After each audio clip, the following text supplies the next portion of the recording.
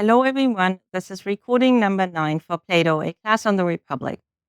We are turning to books 8 and 9, where Plato discusses political decline.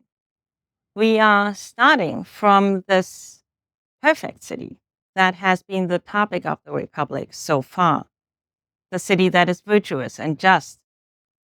And then Socrates says, what if that city came into being? And this formulation came into being flags that there would be a metaphysical change. So far, the best and perfect city was an object of inquiry, and thus it was not subject to change. But now we assume that it is in the world of change. And if something is perfect and subject to change, it has only one way to go. It is going to become worse. So Socrates says it must deteriorate. And then he introduces 4 further types of constitutions that are progressively worse: democracy, oligarchy, democracy, and finally tyranny. And one kind of basic way of characterizing these different constitutions is to ask, what is the highest value that is being pursued?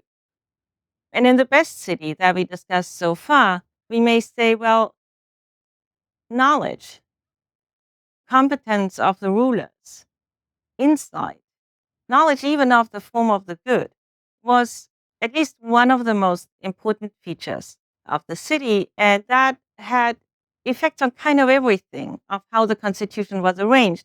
Recall the importance of education and so on and so forth. Now, the highest good of democracy is honor and victory and social standing. The highest good of oligarchy is money and being rich. The highest good of democracy is freedom. And then I set aside for now what tyranny is all about, according to Plato. Now, readers who work their way through books 8 and 9, and those are 2 books out of 10. So the political decline is analyzed in a quite significant chunk of the Republic. Readers who encounter this are often struck by the fact that Plato has such a negative view of democracy. So that is often a topic in the secondary literature, and people ask, how does he even conceive of democracy? How can we make sense of this? Another thing that stands out to readers is that along the way, there are a lot of psychological observations. And these psychological observations can seem really interesting, even if on the whole we disagree with Plato's political outlook. For this recording, however, I'm going to set all of this aside. I want to focus on another famous dimension of Plato's analysis, and that is a distinction between kinds of desires. And that is introduced initially when Socrates turns to oligarchy, and it is developed further when he turns to tyranny. So in the context of discussing oligarchy, and recall, that is the kind of constitution which is directed at the acquisition of wealth, and where money is the highest kind of value. So in that context, Socrates introduces a distinction between necessary and non-necessary desires.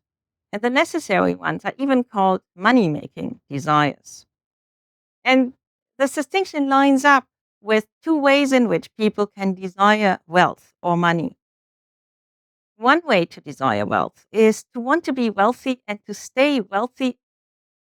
For that, Plato thinks one needs to be quite cautious and indulge only in these necessary appetitive desires for quite basic kinds of food and drink and so on.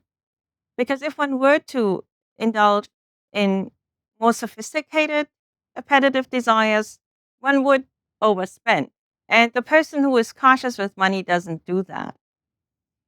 So, and then there is this other way of wanting money, where people want money in order to indulge in ever more sophisticated pleasures.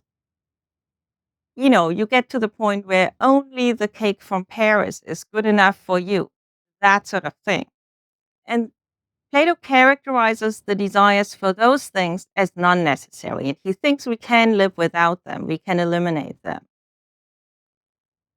And when he turns to tyranny, the lowest kind of constitution, he introduces a subclass of these non-necessary desires, which he calls lawless.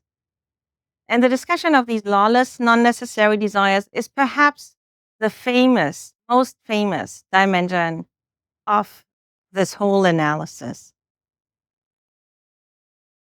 Socrates claims that everyone, not just people who are vicious or lowly or anything like that, but genuinely everyone, has a dimension to their psychology where these lawless, non necessary desires live. And it doesn't come up in our waking life, it comes up in our dreams.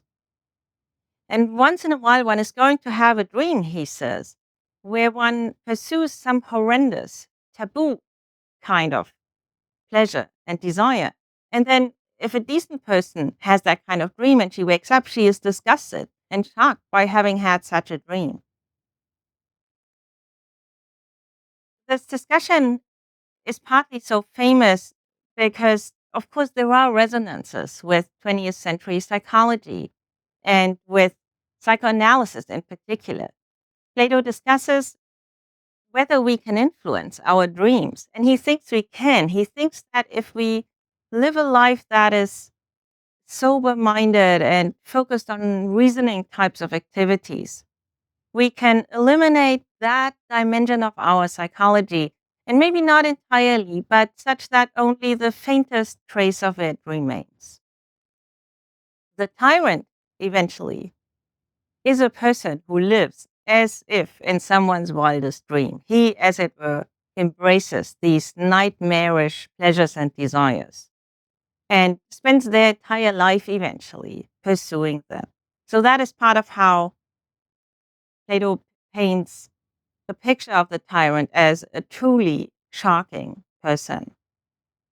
Now, I will leave it here, but I want to raise a question at the end of this recording.